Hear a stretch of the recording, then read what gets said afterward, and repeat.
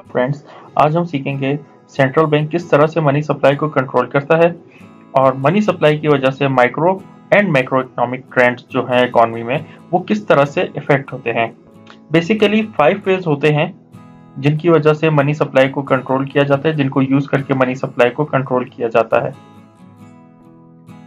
One by one हम discuss करते हैं अभी कि कौन कौन से टूल्स यूज करके सेंट्रल बैंक मनी सप्लाई को कंट्रोल करता है। तो नंबर 1 पर आता है printing of money. Printing of money से प्रोडक्शन तो इंक्रीज नहीं करती, लेकिन प्रिंटिंग ऑफ मनी अगर ज़्यादा की जाए तो उससे इन्फ्लेशन आ जाता है, क्योंकि करेंसी की डिमांड कम होती है और सप्लाई ज़्यादा होती है, जिसकी वजह से करेंसी अपनी वैल्यू को डिक्रीज करती जाती है।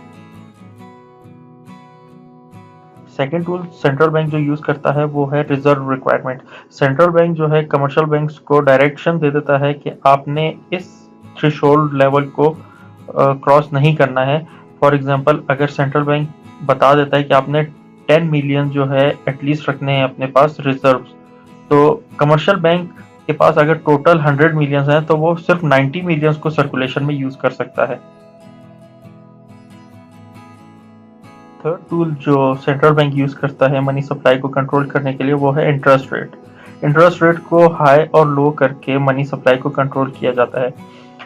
जैसे कि अगर इंटरेस्ट रेट जो है वो लो होगा तो लोग बोरो ज़्यादा करेंगे, और इसी तरह अगर इंटरेस्ट रेट हाई होगा तो लोग अपने पैसे बैंक्स के पास रखवा देंगे और उनको इंटरेस्ट रेट में रिटर्न मिलता रहेगा।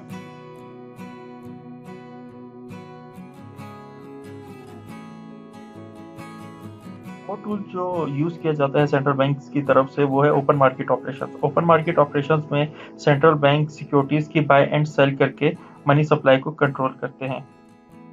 फॉर एग्जांपल, मनी सप्लाई को इंक्रीज करने के लिए कमर्शियल बैंक से सेंट्रल बैंक जो है वो बॉन्ड्स वगैरह को परचेज कर लेगा। जब बॉन्ड्स परचेज करेगा तो इकोनॉमी में सेंट्रल बैंक के पास जो पैसा था वो इकोनॉमी में इंजेक्ट हो जाएगा, इससे मनी सप्लाई इंक्रीज हो जाएगी, और इसी का वाइस वर्सा जो है वो सप्लाई को कम करने के लिए होगा।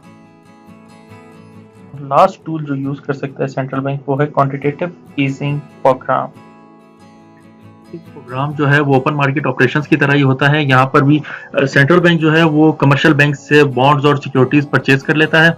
इस तरह से सेंट्रल बैंक से पैसा जो है कमर्शियल बैंक्स के पास आ जाता है, और कमर्शियल बैंक जो है वो ज्यादा लोगों को लोन दे सकते हैं क्योंकि उनका रिक्वायर्ड रिजर्व रेशो इंक्रीज कर जाता है। Thank you friends, thank you for watching my video.